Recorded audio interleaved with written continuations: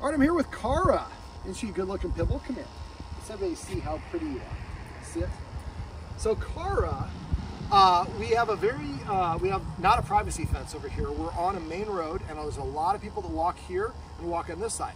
And Cara, that's a good crash, likes to fence fight. I don't want to say fence fight. She likes to bark and rush the fence anytime anybody walks by.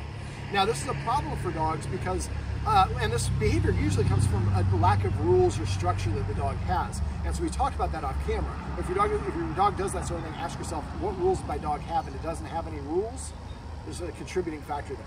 So sit. Down. You're just doing everything because you know I have a couple treats of this and you're going to get a whole bunch, I promise. So for this, if somebody comes by, and let's say they're walking, and Cara sees it, and she rushes the fence and barks at them. Now the people are just walking down the sidewalk there anyways. They're going to go a mile that way. Cara doesn't know that.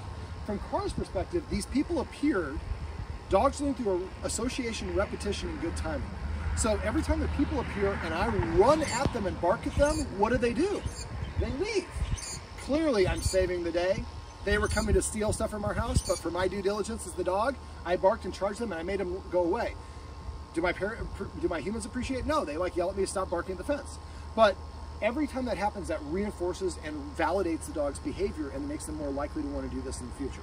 So there's a couple things that you can do for this. I'm going to go over some clicker training and some other things here in a sec. I'm going to go through more than I typically would. I don't know, I like the family. So basically, usually I do one of these steps. So one of the techniques that you could do for this, and again, we talked earlier about exercising the dog ahead of time. If you have a dog that's high energy, exercising them before you do any sort of activity like this will put them in position to succeed. Just make sure it's not too much exercise and the dog has 10 minutes to recover after the exercise before you practice. So Cara really likes treats if she's in the mood. So what I would have you guys do is, well, and a quick little sidebar. Anytime that I have a dog that doesn't behave, I ask myself, have I taught the dog how it's supposed to behave through that entire act? If I haven't, then the dog's not really being mischievous. I just have failed to be a good leader or to teach the dog the behavior that's expected. So what I do is I recreate that situation in the easiest possible version of that situation. I strip away all the unnecessary layers and make it the easiest version possible. And then I practice doing what I want the dog to do step by step by step. And we're in step one, and we practice step one over and over and over again until the dog is behaving the way we want. Only then do I go to step two, and then we practice it. And we do that for all the individual steps in the easiest possible version of the activity. So now the dog knows what is expected at each step. The next stage, once the dog is consistently doing it that way, then I would gradually start making the activity more and more difficult until I work my way back to what we call a real world situation. And we've taught the dog how to behave, we've helped them practice how to the behavior that we want, and then we gradually work them their way through it. Now if we go to one level of difficulty to the next and the dog backfires and doesn't perform the way we want, we back up a step, we practice that previous step over and over. Same thing like having kids, it's just in stages. Well, parenting kids I should say. All right, so basically what we could do is we can create a positive association. Instead of thinking that barking at them causes people to leave, we would maybe a nice solution would be make Cara think that people approaching are not TV thieves. Matter of fact, they're delivery people of good stuff. So what you could do, and the way I would have you guys do it first, is I'd have you two do it, or people that she knows and likes. So I find that this time of the year especially, I don't know, what is it, grass all the way down to your fence from the slope? Okay, so I find that shredded, what do they call it? Shredded cheese, or not shredded cheese, what do they call it? String cheese works great for this. So what I do is you have a log of string cheese, slice it so they're like a bunch of white nickels, nickel-side things of string cheese. Then what I have you guys do is one of you out here, and then you're over there, you let the other one you let Cara out, and you start walking out. And put on hoodies, change your clothes, have a bicycle, skateboard, recreate, and you're kind of simulating. But the first couple times, you're just doing it yourself. So let's say it's the dad. So the dad is walking by. As soon as he gets here, Cara is going to see him coming, but not know it's necessarily him at first. And so what she's going to do is she's going to run down the fence. Well, as soon as dad recognizes that it's her, as he's walking along the fence, he's going to throw these pieces of cheese over the fence, like maybe one piece for every step. So make sure you have enough to go there. So now when people come by, first of all, they're people that I know, and I'm getting practiced at when people walk by, they throw cheese. So I would have you do it, and then you come inside, wait about 5 to 10 minutes or however long you want, and then you switch and the next parent goes out and does it. This time walking from this way, that way. So now the dog starts getting used to it. People walking outside the fence Now that's not going to stop your fence fight because it's you. They know she knows it's you. She's not going to bark. But we want to start the process without her reacting. So once I would have you guys both do this, maybe each one of you do it twice a day for a day or two. At that point, she's going to kind of be like, people, you know, when humans are there, it's a good thing. Next stage would be to have one of your friends that I was asking about, a neighbor or a friend who lives nearby. Now you're out there with the neighbor or with your friend. And so you're going to have the friend a couple paces behind you. So the first time you do it, maybe your friend is 10 paces behind you, and you walk up the fence, and you're throwing a piece of cheese, and you're going to give your friend also $1 worth of nickels of the string cheese.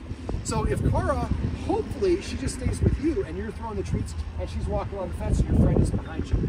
Now she does run to your fence, starts running towards your friend. Before she gets there, we want your friend to throw some cheese over the fence and start doing the same motion that you're doing. Now we prefer to do it without her reacting. But if she reacts a little bit the first couple times, that's okay. But now we're going to take another step and throw it and throw it and throw it. But the idea is at first you're walking and the dog is going to stay with you, because when it stays with you, it's getting these pieces of cheese. So after a while, then your friend is walking, and now your friend has the cheese. If Cara comes to your friend is throwing the cheese over. Now, because just like when I came in, the dad came out and met me outside, and that kind of made me okay with the dog. So maybe if you're walking and then your friend is behind, and Cara is with you and then sees your friend and then runs towards your friend, starts growling at your friend, go to your friend and give her a big hug, and then you go back and you get 10 paces again, and you and your friend, every time you throw, your friend's throwing at the same time. If Cara's, only throw if Cara's looking. And so now when people come, instead of thinking they're a negative, I like it when people come. That means that I'm going to get a whole bunch of cheese, and I like cheese. The kids never let me have any of their cheese, but I get some cheese here. So that is different. That is, I'm showing off because I like that dog. So the Dalmatian mix. Dalmatians, of course. Dalmatian mix. Cara, come. Cara.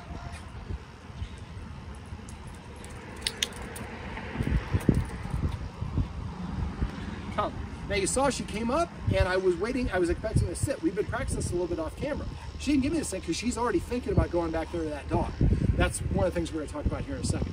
So for the cheese thing, I'd like you to try to do that like every day. I know it's going to be hard with COVID and all the rest of that stuff, but after a while, you're going to walk, and then your friend is going to maybe be 15 paces behind you, then 20 paces. And after a while, that friend could be the one who's just walking without you. Now your dog's getting the positive reinforcement without you being there, and the dog already knows who this person is. And then we're going to start kind of combining it. Now you can do it a whole bunch of different ways. You can have the person walk with you, have the person walk on their own. I had one client, and after you've done this a while, they just had somebody standing right over there on the other side of the fences. People walk by, they said, hey, can you do us a favor? We're teaching our dog not to bark at people as come by. As you walk by, we just throw a piece of cheese over every step you take. So if you go over there with a whole bunch of cheese, make sure she tolerates the cheese. But now you might get 20 or 30 people to come in a short period of time, and every one of them comes, they're throwing cheese. Now, if you do have a friend and she's barking at them, if the person's, sometimes you could stop and outlast the dog, but I would probably have the person just keep on walking and maybe increase the distance away from the fence so she's not reacting. And if they're walking the street, be careful, it's a dangerous street, but the idea is we want her to practice being outside and not reacting to them. Now, that's one of the stages, one of the things you can do, but by itself, it's probably not going to stop this particular behavior. It's going to make it easier for you to interrupt it, and it might have a little bit of an impact, but it's going to be something that's going to work in concert with other things as well. Cara, come. Come. Okay, so when Cara is in the zone, she's not paying attention to anything. And when she's really in her element, it's kind of like us. If we're really in the zone for something, somebody else can talk to us, we're not going to hear it because we're just adding up numbers or whatever it is our job that we're doing. And so we need to have Cara practice listening to us. I'm using a clicker. Cara. So in order to do this, this is just, you can get these pretty cheap. I've had people spend $20 for a clicker with lasers on it for 20 bucks. It doesn't need to have a laser. You can get 7 of these on Amazon for like $5. So what I'm going to do, and I've already done this off camera, and you only have to do this about 4 times. You want to do what's called priming or loading the clicker. So what I'm doing is I'm tearing the treats in half. You don't have to do that necessarily, but what I'm going to do is I'm going to throw the treat down. I want to create a classically conditioned response. The click should be the indication you did what I wanted, and means I'm going to get a treat to you as soon as I can. You should never go, it's not a remote control. Even though they got her attention, that it will eventually, she'll not be listening for it. So what do you want to do to prime the clicker, and she's already looking because of what we did earlier. Cara, so I throw a treat down. When she licks it up, It's right by your foot. So every time she licks it up, I click. Now you only have to do this a couple of times. So about 10 treats, throw them down one at a time. Every time she licks up the treat, you click. Cara, come. All right, so after doing about the 10 treats, about 3 or 4 times, you won't have to do that ever again. All right, so the next stage is what we want to do is this kind of tells the dog we're in work mode. So what you want to do is you want to have her practice listening to you in your yard. Now in the house she listens to you pretty good because there's not a lot of distractions, but outside there's cars, there's birds, there's planes, there's all sorts of sights and sounds and smells. So what you could do is this, if you can see, her attention on me right now is pretty darn good. Well, I have a whole bunch of treats and I'm using this clicker and she's kind of in work mode. So what you can do is just come out in your yard, sit, sit. What's her word, down? For laying down? Yeah. Yeah, down. Whoop.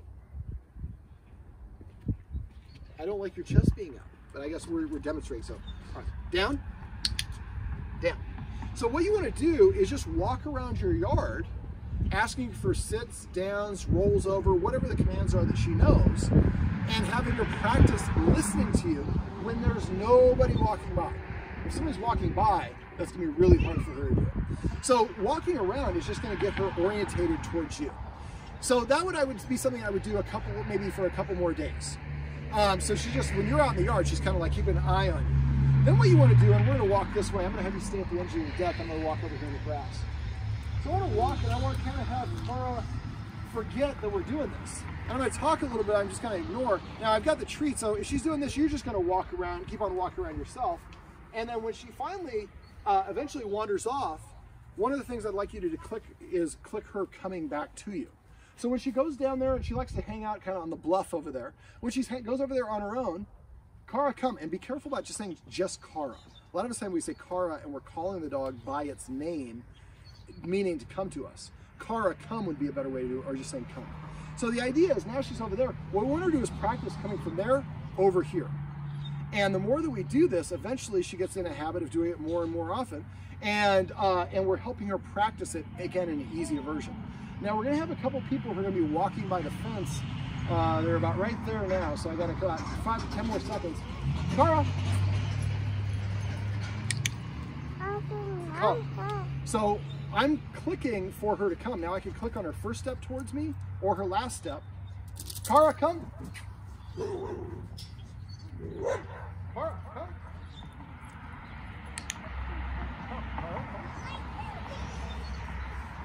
Now, we don't have any before footage, but that is not something she would normally be called away from. She would have been there until they completely vacated it. Now, I also made it easier because I collapsed the distance by getting closer to her, but we just did what we call a warm-up. She just got a whole bunch of these treats, so she's more inclined to want to listen to me. The more that you guys practice the clicker training out here, the more she's practicing listening and being obedient in this environment. She's also, when she goes over there and you practice having her come to you, she's practicing that behavior as well. So you wait for her like there, she's kind of distracted, she's not paying attention. I'm gonna wait for her to get a little bit further away. Cara! Cara, come! Cara! Come! Come. Now, you have a lot of small victories when you're working with dogs. Both of those situations, I'm pretty sure before we start filming this, she would have been barking at them the whole time and running until they vacated the fence, correct? Yes. So we're already starting to make some difference, and this is within like probably a 10-minute video now, but this was within like a minute of clicker training. If you guys practice, what I'd like you to do, each one of you guys come out, and don't think of a time, come out here with like 25 treats. And you can probably use kibble for some of this as well, maybe kibble and some of the higher value treats. I like using chicken liver. These are tricky trainer chicken liver, soft and chewy chicken liver treats. The dogs love them because they have a strong aroma, and you can get them on Amazon for like 10 or 15 bucks. So come.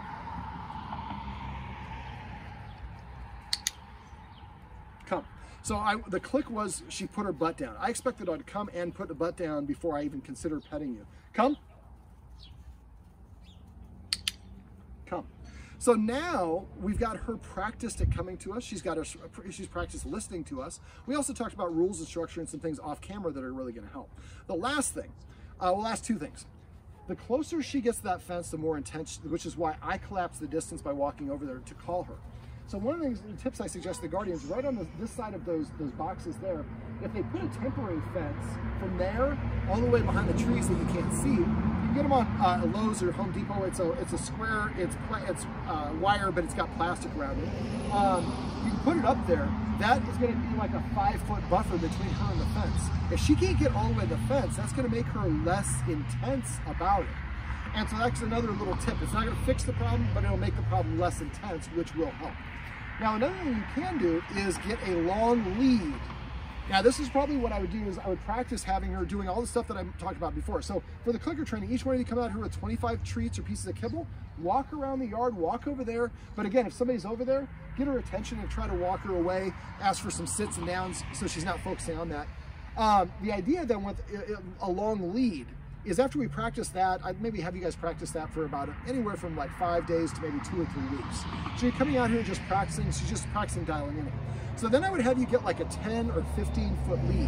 And we do it, get a no burn lead, because it will burn your hand when it comes out pretty quickly. And the way that I do it, I'm gonna pantomime. You can do it, you can Google or do a YouTube search for leash handling. When I have a long lead like that, if the lead is attached here, it's coming here, what I do is I have it going this way, back and forth across my, instead of, if I go like this, it'll tangle up. So you kind of have a figure eight, this way, figure eight, that way you can let it go out. And as the dog moves, you kind of shepherd that leash back into your hand, and as she goes, you let it go out, but this way she doesn't it doesn't burn your hand. So the idea is now we have 15 feet, so we can walk her over to the fence and ask her to come to us, and if she doesn't, we don't want to pull her with the leash because that'll activate her opposition reflex. But we could, if I got a leash like this way, if I pull her straight here, she's going to pull that way.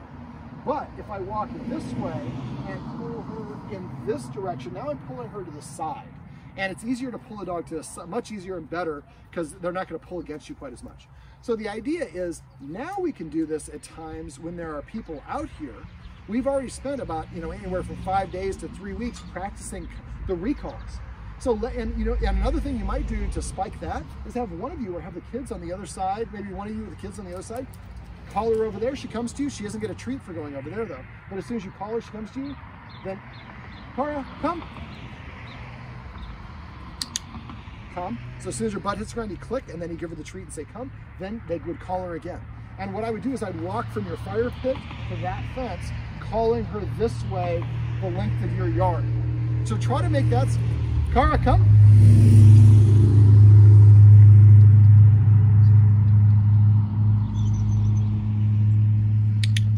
Come. Now what I'm doing there is she started to run in that direction, but she had made it all the way to the fence and there was nobody there. The closer so if you get her, it takes 5 paces and you call her and she turns around and comes to you, that's gonna make it easier for her to do that in the future. It's just really a numbers game. You just wanna rep this. And I would call her from this direction as well because you have traffic that goes that direction. So now with the leash, we're able to, if she doesn't listen to us, we can do what's called a faux pull, which if imagine there's a leash going here, I run my hand along the leash. I'm not actually pulling it, I'm just running it along the leash, and it's kind of a fake pull. So if you want to shoot her over there, and I'm going to call her. Cara, come. Come. So, man, it sure is, wow, there's a nice echo.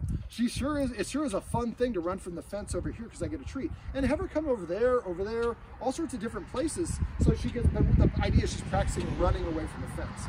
So another thing that you can do is before, Cara, come. So if you're out here, if you get one of these, a little treat pouch, or just have a bag of treats and have you be out here with your clicker, come out here. Wait for her to bound over there like she is, and as soon as she does, when there's nobody there, call her when she comes over, she sits, clicks, gets that treat. It won't be long before it's easier for you to call her and to get her to come easier and easier. Now also, we have, it's the age of COVID, so we don't know when kids are going back to school, but eventually kids are going back to school, we're going to go to a regular routine. There's probably like, if school gets out at 3 o'clock, at 3:15, there's probably a steady stream of kids that are walking by here. Well, then she's on duty, and that time of the day, she's probably going to want to go outside. Well, what we could do is exercise her first. Do the doggy stairmaster that I went over with you. Cara. Cara, come. Now I'm withholding the treat to keep her attention to let this gentleman pass. come. But again, that's 3 opportunities that we had where she was able to give it up. Now, I walked over there, but eventually you should have to walk over there less and less. So if we know the kids are coming out of school, Cara, come. Cara, come.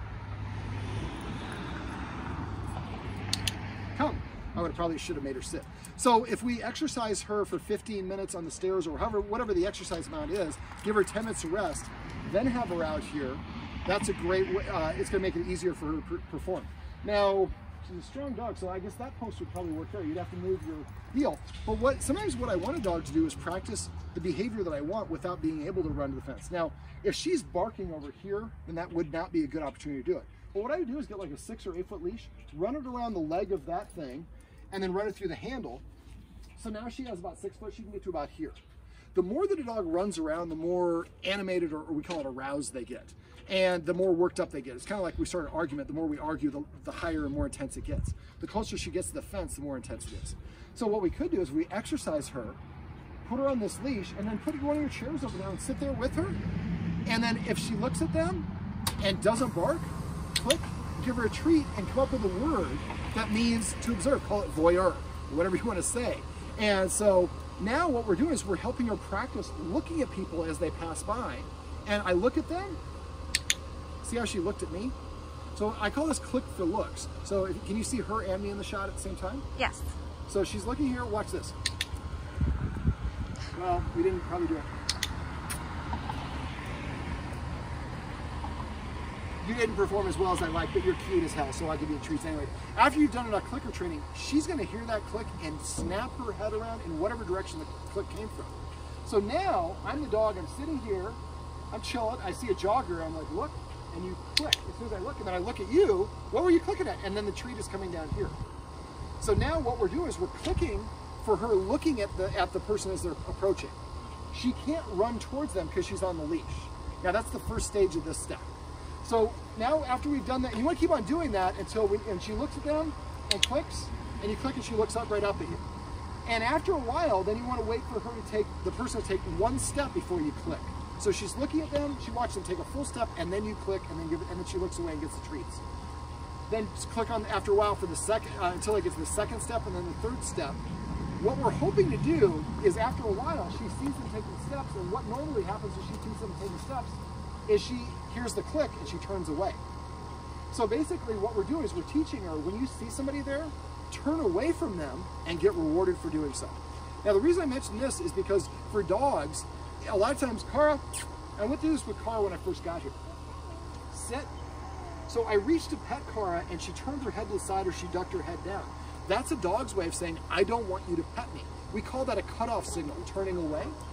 And so what we're doing is we're actually helping her practice that and saying, if you turn and look at me, you look away from that person, you're gonna get a reward. You can yell at them and that used to be the reward, but now you can't do that because you're on the leash. So eventually what's going to happen is she's going to see a person and look away from them and get a reward for doing so. And after enough practice, you can start elongating that. So she turns and looks at you. Instead of, at first you click as soon as she looks at them, and then you put that treat in her mouth as fast as you can. After a while, she looks at them, you click, and that's a good example of the click. Eventually, now she looks at them, you click, she looks at you. We're going to slow down delivering that treat. At first, only 1 second after I click before I get the treat in her mouth. Eventually, when I get to the point where she looked, that was beautiful. Where she looks at them, we click, and then she looks at us, and it takes us 15 seconds to give that treat to her.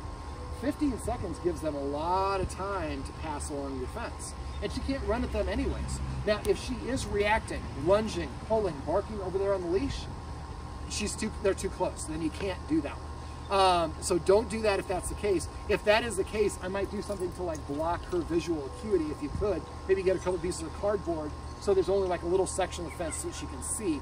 But anytime you don't have a dog that's reactive, what we want to do is increase the distance, turn down the intensity by either lowering the volume or slowing down the speed.